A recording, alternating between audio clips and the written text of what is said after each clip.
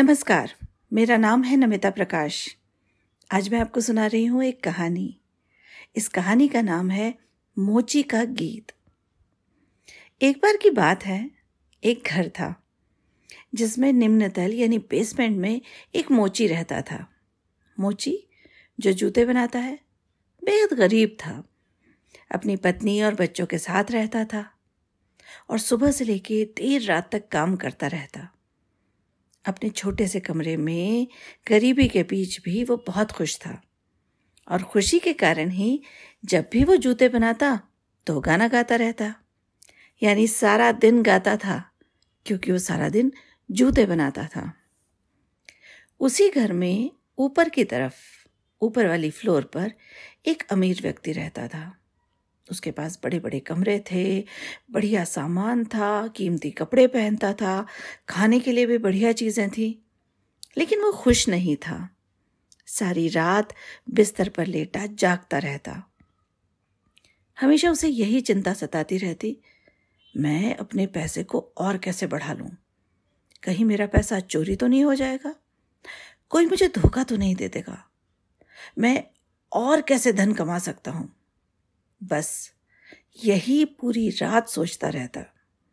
और जब उसे नींद आने लगती तब तक तो सुबह होने लगती थी, और सुबह होते ही मोची उठ जाता और अपने काम में लग जाता। काम करते करते वो गीत गाने लगता। अब वो जो अमीर आदमी था, गाने की आवाज़ सुनकर उसकी नींद जो है वो खराब हो जाती, बल्कि यूं कहें कि वो सो ही नहीं पाता। यानी रात में अपने पैसे की चिंता में नहीं सो पाता और दिन में मोची के गानों की आवाज़ के कारण नहीं सो पाता। बड़ी मुश्किल में था वो, सो ही नहीं सकता था, न दिन में न रात में, और हमेशा यही सोचता कि मूर्ख व्यक्ति मोची जो है ये गाना क्यों गाते रहता है? ऐसी कौन सी खुशी है इसके पास जो ये हर समय गाना गाते रहता है? अब उसने सोचा कि इसका कारण तो पता लगाना पड़ेगा, सोचना तो पड़ेगा, क्योंकि अब वो खुश है, दुखी है, मुझे उससे लेना देना नहीं, लेकिन मैं सो तो सकूं।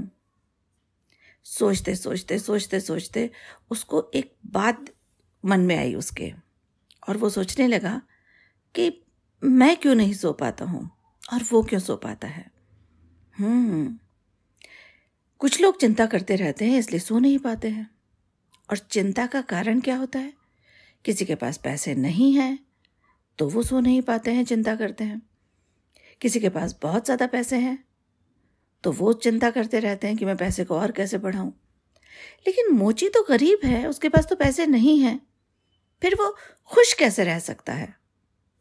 बस ये सवाल जो था वो अमीर आदमी को परेशान करता जा रहा था। एक दिन उसको इसका इलाज सूझ गया। वो उस गरीब मोची के घर गया।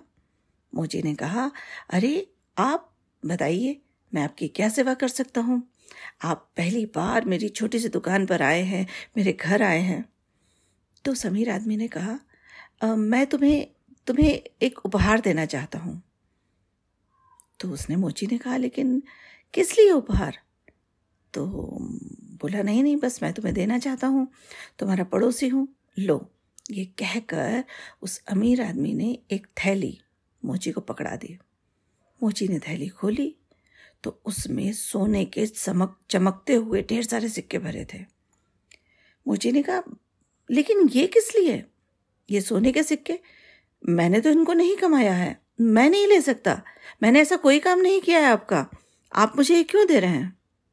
धनवान जो अमीर आदमी था बोला, नहीं, तुमने ये पैसे कमाए हैं क्योंकि मैं जानता हूं तुम एक सुखी आदमी हो, और तुम जो गीत गाते हो हर समय, उसी गीत के बदले मैं तुम्हें ये उपहार दे रहा हूं। इतना कहकर उस आदमी ने उसको धन्यवाद भी दिया मोची को और चला गया। मोची सोचता रहा, क्या करूं? मैंने गीत गाया, इसके लिए कोई इतने सारे सोने के सिक्के कैसे दे सकता है? खैर, उसने वो थैली मेज पर निकाली और उसमें से एक एक सिक्का निकालकर गिनना शुरू कर दिया। उसने करीब 50-51 सिक्के गिने थे कि अचानक उसकी नजर पड़ी कि खिड़की तो खुली है, बाहर से लोग आते जाते उसको देख सकते हैं, और देख सकते हैं तो चुरा सकते हैं। उसने झटपट सारे सिक्के इकट्ठे किए और अपने छोटे से कमरे में चला गया जहाँ वो सोता था, जहाँ उसका बिस्तर था। अब उसने बिस्तर पर फैला लिए सिक्के और उनको गिनना शुरू किया। सिक्के चमकीले थे, सुनहरे थे और ढेर सारे थे। वो उनको देखता जा रहा, खुश होता जा रहा। उसके चेहरे पर एक हंसी मुस्कान सी आ रही, और फिर वो सिक्के भी गिनता जा रहा। वो सिक्के थे 100, पूरे 100 सिक्के। अब मोची सोचने लगा, आहा, मैं तो अब धनवान बन गया हूँ। 100 सोने के सिक्के हैं। अब मुझे इसको कहीं छिपा के रख देना चाहिए, कहीं कोई चुरा न ले। तो वो अपने कमरे में तो था ही। उसने बिस्तर पर गद्दे के नीचे, जिधर सोते समय पैर होते हैं ना, वहां वो थैली रख दी। अब 100 सिक्कों से भरी हुई वो थैली थी, तो वो जगह ऊंची हो गई। उसने सोचा यहाँ तो किसी की भी नजर पड़ सकती है। फिर उसने वो थैली वहां से निकाली और जिधर सिर रखते हैं, जो सिरहाना होता है बिस्तर पर, उसके नीचे रख दी। अब जब वो सिरहाने के नीचे रख रहा था कि उसकी पत्नी जो थी मोची की, वो कमरे में आ गई। उसने पूछा, क्या हो गया, क्या कर रहे हो बिस्तर के साथ? मोची ने अपनी पत्नी को घूर कर देखा और गुस्से में कहा कि तुम अभी चली जाओ, मैं कुछ जरूरी काम कर रहा हूं। जीवन में पहली बार उसने अपनी पत्नी से ऐसे कठोर होकर कोई बात कही थी। पत्नी चली गई।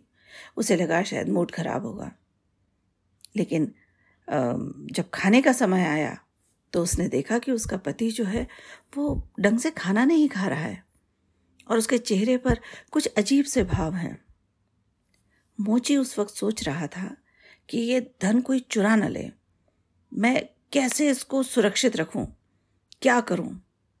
खैर, शाम भी हो गई, खाना भी खा लिया, रात भी हो गई। अगली सुबह पत्नी ने देखा कि ये सो नहीं पाया है ठीक से।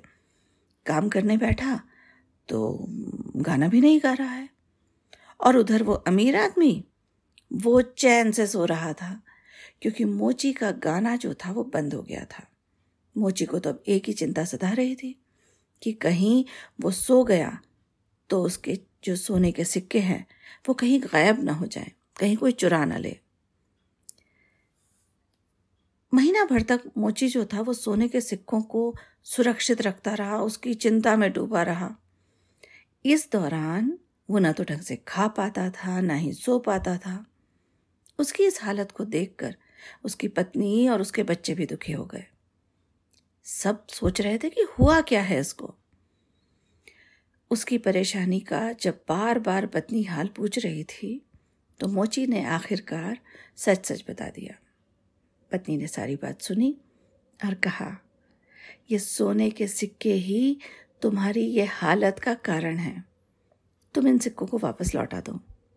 दुनिया का कितना भी सोना हो, वो हमको खुशी नहीं दे सकता, और खुशी से बढ़कर कोई चीज़ नहीं।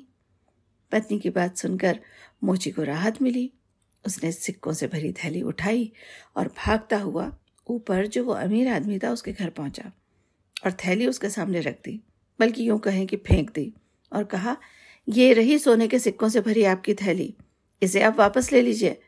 मैं इसके बिना रह सकता हूं, पर अपने गीतों के बिना नहीं रह सकता, क्योंकि वो गीत मुझे खुशी देते हैं। तो ये थी कहानी मोची का गीत।